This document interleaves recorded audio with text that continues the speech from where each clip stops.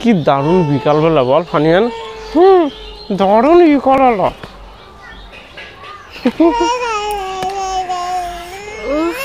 খুব কষ্ট হয়ে গেল ফানিম্যান।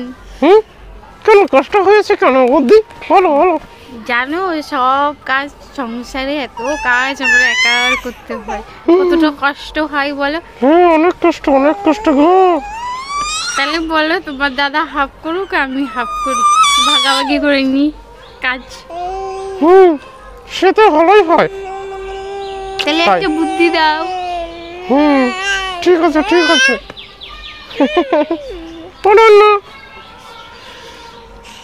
তাহলে ভাগাভাগি করেই নিবা।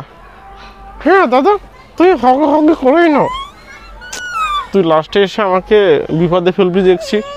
আরে না না বিপদ না, তোমার দেখে খুব মজা হয়। তো বল কিভাবে ভাগাভাগি করবো। আমার হাত টেনে ছিঁড়ে ফেললো।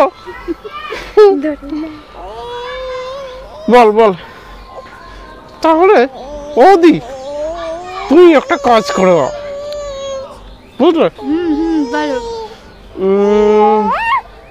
তুমি রান্না করো দাদা খাওয়াই, তাহলে ভাগাভাগি হয়ে গেল। আর তুমি জামা কাপড় ধো দাদা পরে। বাহ সাব্বাস। তারপর বল। এবার ওদি মশারিটা নয় তুমি ভিতরে ঢুকবো। তারপর ওদি ইস না হলে তুমি গিয়ে শোয়া। বাহ হ্যাঁ তুই তো আমার বিরাট সাহায্য করছিস, বিরাট আরামায়েশের কথা বললি। তাহলে দেখি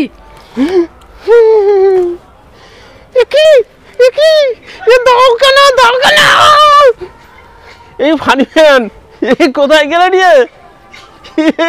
তোমার ফানিম্যান কই? কোথায় গেল ফানিম্যান? এই ফানিম্যান কোথায় গেল আমি কি করে বলবো? বলো ফানিম্যান কোথায় গেল? ফানিম্যানটা তো আচ্ছা আমাকে বিপদে ফেলে চলে গেল।